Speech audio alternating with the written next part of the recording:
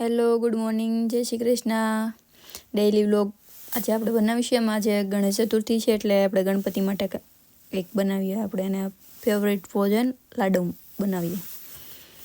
એના માટે આપણે લોટ બાંધી લીધો છે. લોટ બાંધ્યા પછી આપણે એની ભાખરી બનાવીશું. હું ભાખરી માટે તૈયારી કરું છું.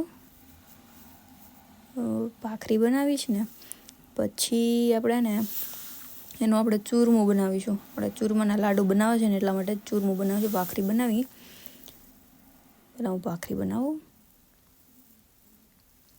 પછી આજે છે ને ગણપતિ દાદા નવડાવવાના છે અને એવું બધું આપણે કરવાનું બાકી છે હજી. એટલે ને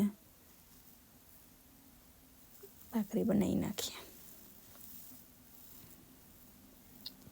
હવે આપણી ભાખરી રેડી થવા માટે તૈયાર છે. ભાખરી આપણી બની ગઈ છે, થોડી કાચી છે, આપણે આગળ ચોળવી લેશું. પછી હવે ભાખરીનું ચૂરમું બનાવી નાખવા માટે આપણે ભાખરીનો ભૂખો કરી નાખીશું પહેલાં, કારણ કે ઠરી જાય ને. આપણે થોડીક આમ છૂટી કરી નાખીએ તો થોડીક ઠરી જાય. પછી હવે એનું ગોળ બની ગયો છે, ચૂરમું બની ગયું છે. આપણે હવે ઘી મૂકીશું. ઘી મૂક્યા પછી આપણે એમાં ગોળ નાખશું.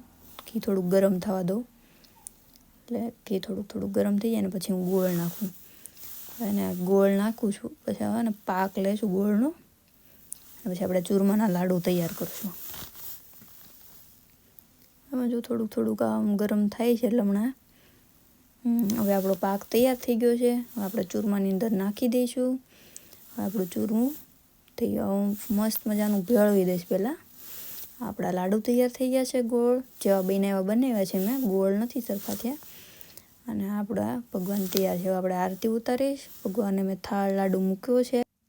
જો આ વ્લોગ ગમ્યો હોય તો લાઈક કરજો, શેર કરજો અને આ ચેનલને સબસ્ક્રાઈબ કરજો.